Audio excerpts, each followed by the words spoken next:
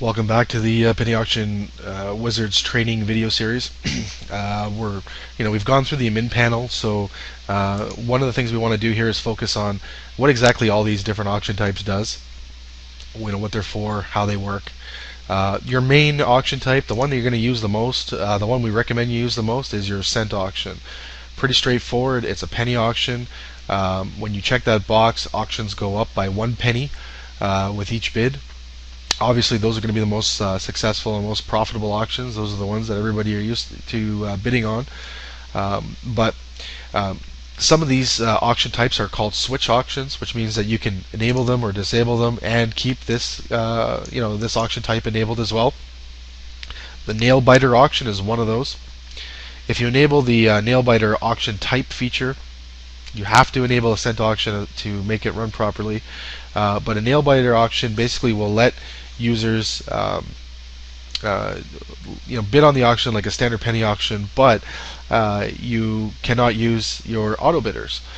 So hence the name nail biter auction, because you actually physically have to sit in a chair and bid manually by clicking the bid button, which can be pretty intense because one lapse in concentration and you lose the auction.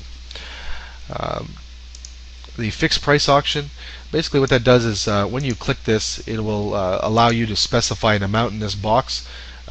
When the auction hits that amount, the auction automatically ends. The 100% off auction, basically the winner of the auction doesn't have to pay the final amount. So let's say the auction wins for $43.28 plus shipping. The user does not have to pay the $43.28. So the auction the only profit the auction makes is from the bids that have been purchased that have been used in the auction. The night bid auction works if you enable this type. Again, this is a switchback type of auction. If you enable that in conjunction with the cent auction tab, you basically, the auctions when they're listed, they will stop. The timers will pause at midnight, and then they will restart again at 6 p.m. the next day. Hence the name night auction. It runs for 6 hours per day. And what that basically does, if you're going to use that auction type, you want to run it during the week, Monday to Friday. It's basically meant to let users who are bidding on the site, if the auction is, it's targeted towards working folk. If you're obviously if you're working 9 to 5 and you're sitting on the internet after dinner, and you're bidding away on an auction, you definitely don't want to lose the auction simply because you have to go to sleep and wake up tomorrow and go to work.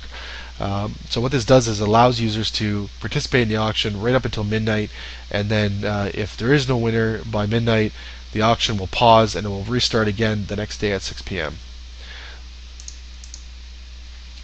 The open auction is for users who, if they've reached their auction win limits for the month or for the week, you can list these open auctions which exempt the users who have reached their auction limits.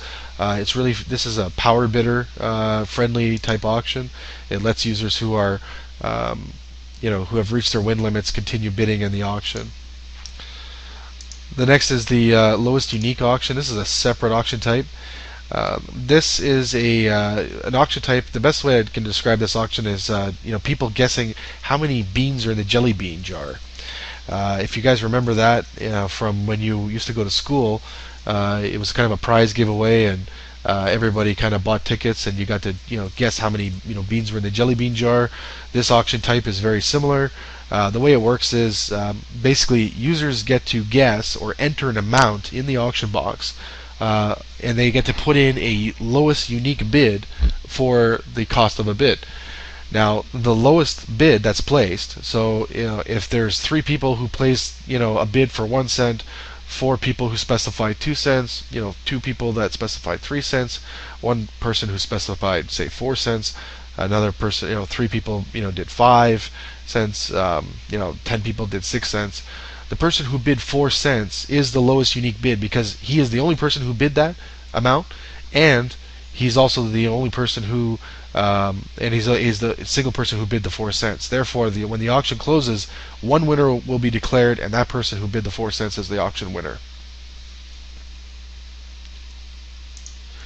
Reverse auction, basically the way it works is you specify an amount, and every time somebody bids on an auction, the price falls by 1 cent.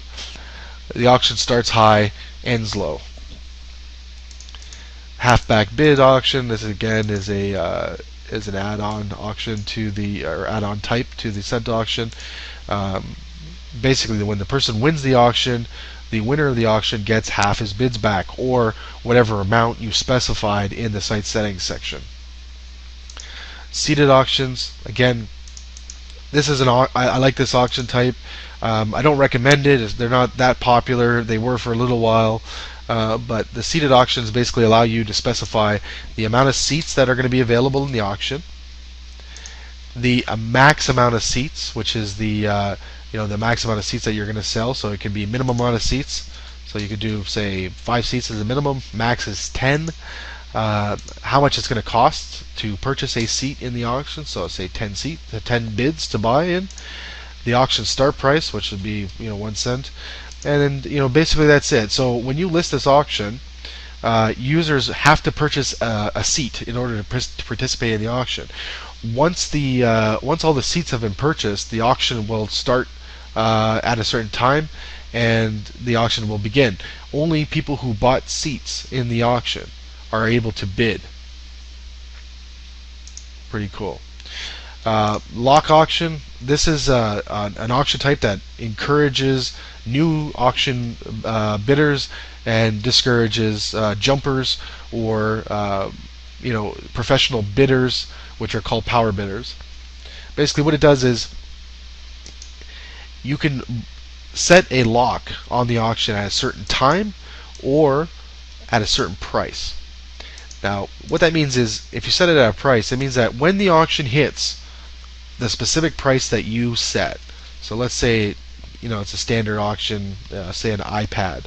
The auction at some point is going to hit $21 because that's typically what high-end items generally reach. Now, what this means is when the auction hits that amount, anybody who has already bid in the auction before the lock was engaged can continue bidding. If somebody comes along at $21 and say 80 cents and tries to bid in the auction, they will be locked out. They will not be able to participate or bid in the auction.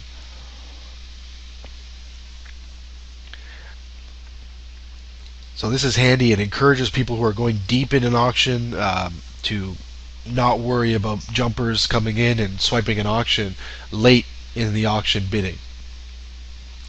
The time locker is the same thing, but you can set it so that when the auction reaches down to, say, a certain time, say 1 hour or 1 minute, 1 minute and say 30 seconds, or 1 minute and 40 seconds, then the time lock will engage. The final auction is a beginner auction type. Again, it's an add-on to the cent auction. Beginner auctions are great because if you've never won an auction before, then that auction is for you. If you've won an auction on the site before, you cannot bid on a beginner auction. So this is great, promo for users. So that's a breakdown of all the auction types we offer. That's 12 auction types. Very, very nice. If you count the gift bids, you can do gift bid auctions. That's 13 auction types, and that about covers it. Thanks again, and hope you enjoyed our videos.